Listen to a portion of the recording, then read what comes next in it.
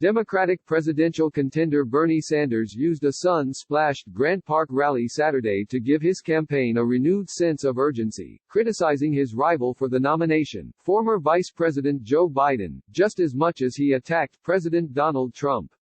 Today we make it clear that the only way we beat Trump is with a campaign of energy, excitement and grassroots activism. That is our campaign, he said to a crowd of at least 10,000 people, predominantly younger supporters who frequently chanted, "Bernie, Bernie," amid a sea of outstretched blue and white campaign signs. Joe Biden and I are friends, he said. Now that the primary nomination process is coming down to two people, it is important for the American people, the people of Illinois, to understand the differences between us in terms of our record, in terms of our vision for the future. The independent senator from Vermont provided a list of differences he has with Biden, noting the former vice president's support for the invasion of Iraq under George W. Bush, his backing of the North American Free Trade Agreement, his past argument for making cuts in Social Security and Medicare, and the fact that he only recently renounced the Hyde Amendment, named after the late suburban Republican Congressman Henry Hyde, that banned taxpayer-funded abortions.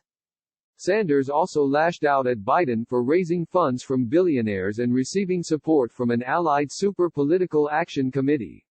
Sanders' campaign relies on individual donations. We're going to win this election because we have the agenda that speaks to the needs of a long-neglected working class, he said. We're going to raise that minimum wage to $15 an hour. Women should not make 80 cents on the dollar compared to men. Equal pay for equal work.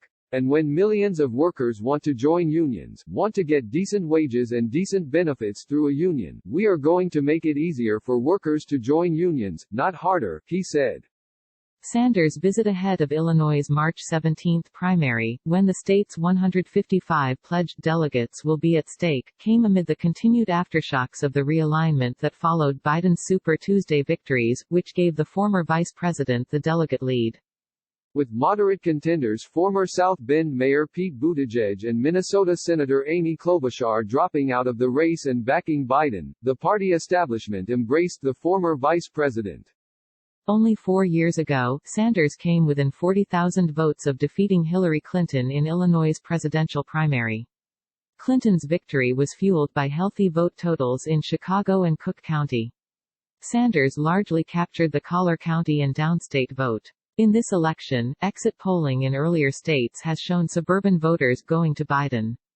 Chicago Teachers Union Vice President Stacey Davis Gates, who along with CTU President Jesse Sharkey has endorsed Sanders, decried what she called a narrative of moderation, at a time when bold change was needed on such issues as immigration and efforts to curb gun violence.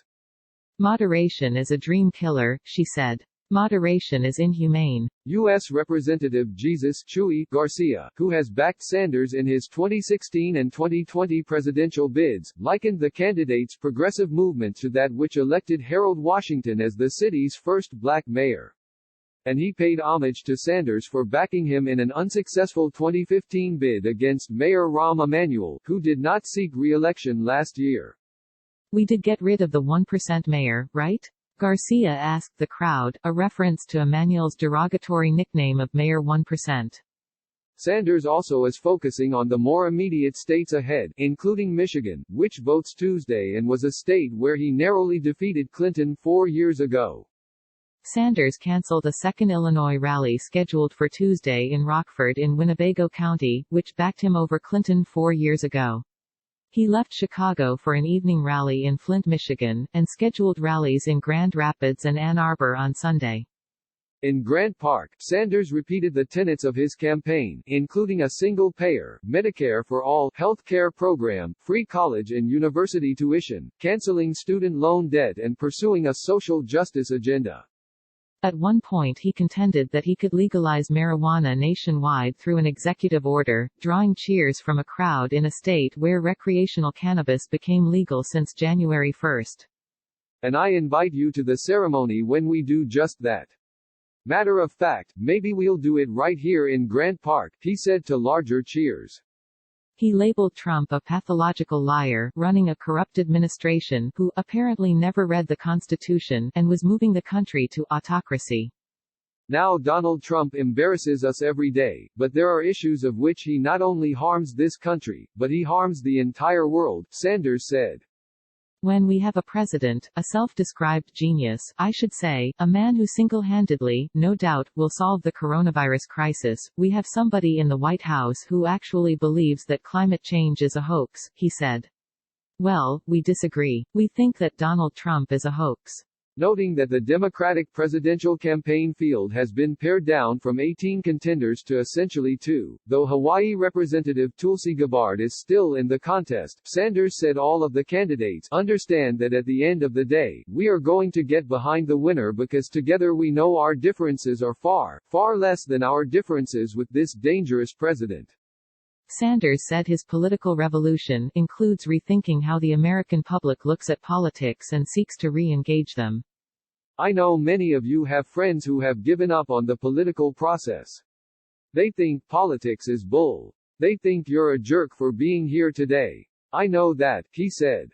But you've got to tell them that you're sick and tired of hearing them moan and groan about student debt, about low wages, about paying half their income for housing, tired of hearing them talking about racism and sexism and homophobia, tired of them talking about the jerk in the White House, he said. The time for talk is over. The time for action is now. Wrap30@aol.com. Sign up for The Spin to get the top stories in politics delivered to your inbox weekday afternoons.